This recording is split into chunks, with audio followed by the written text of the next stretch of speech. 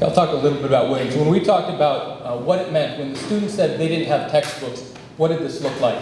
One of our student plaintiffs talked about the fact that, don't worry about this, we'll take care of this. When we had textbooks and they had a math test the next morning, their teacher would actually ask students to come up to the front of the room and they would hold a hat and ask everyone to put their name in the hat.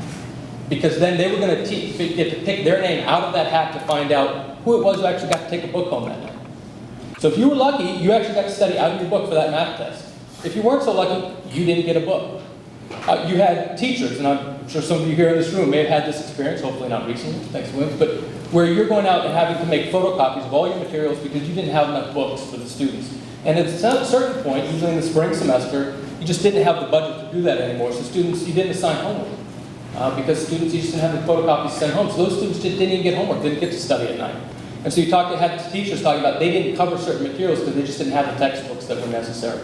When you dealt with the facilities and students talked about what happened, we have some of the stories that I'm sure you've heard, they've been in the news, nasty bathrooms, no one ever used them, there's no supplies, there's no soap, there's no, if you're lucky, they're open, because in a lot of places they weren't even open. You had some of our student plaintiffs who talked about the fact they brought toilet paper with them from home and would ride the bike down to 7-Eleven because if they had to use the facilities in the day, that was the only one that was open and they had to have their own toilet paper.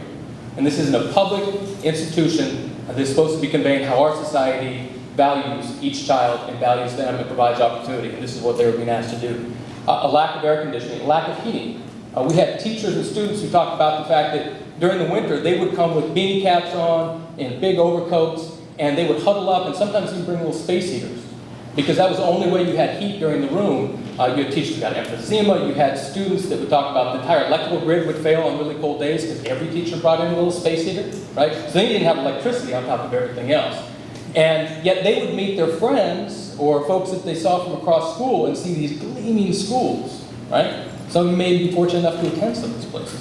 They would have brand new books in their hands. They talk about their incredible teachers, like many of those that are here in the room today. They had master's degrees, PhDs. They clearly knew their subject and were passionate about it. And meanwhile, these students had teachers who came in and said, to be honest, I don't even know if I'm going to be here tomorrow. And for those who were going to be there long term would say, you know what, hang with me. I actually had this experience in my own high school. My football coach walked into my English class my sophomore year and said, I've never taught English before. I was never trained to teach English. I was a football coach. They've asked me to fill in this year. Everyone hang with me. All right, we're going to do this together. That certainly didn't exist at other schools, right? And so these were some of the problems. We have what's called a teacher vacancy. When I talk about when you have a turnover of teachers,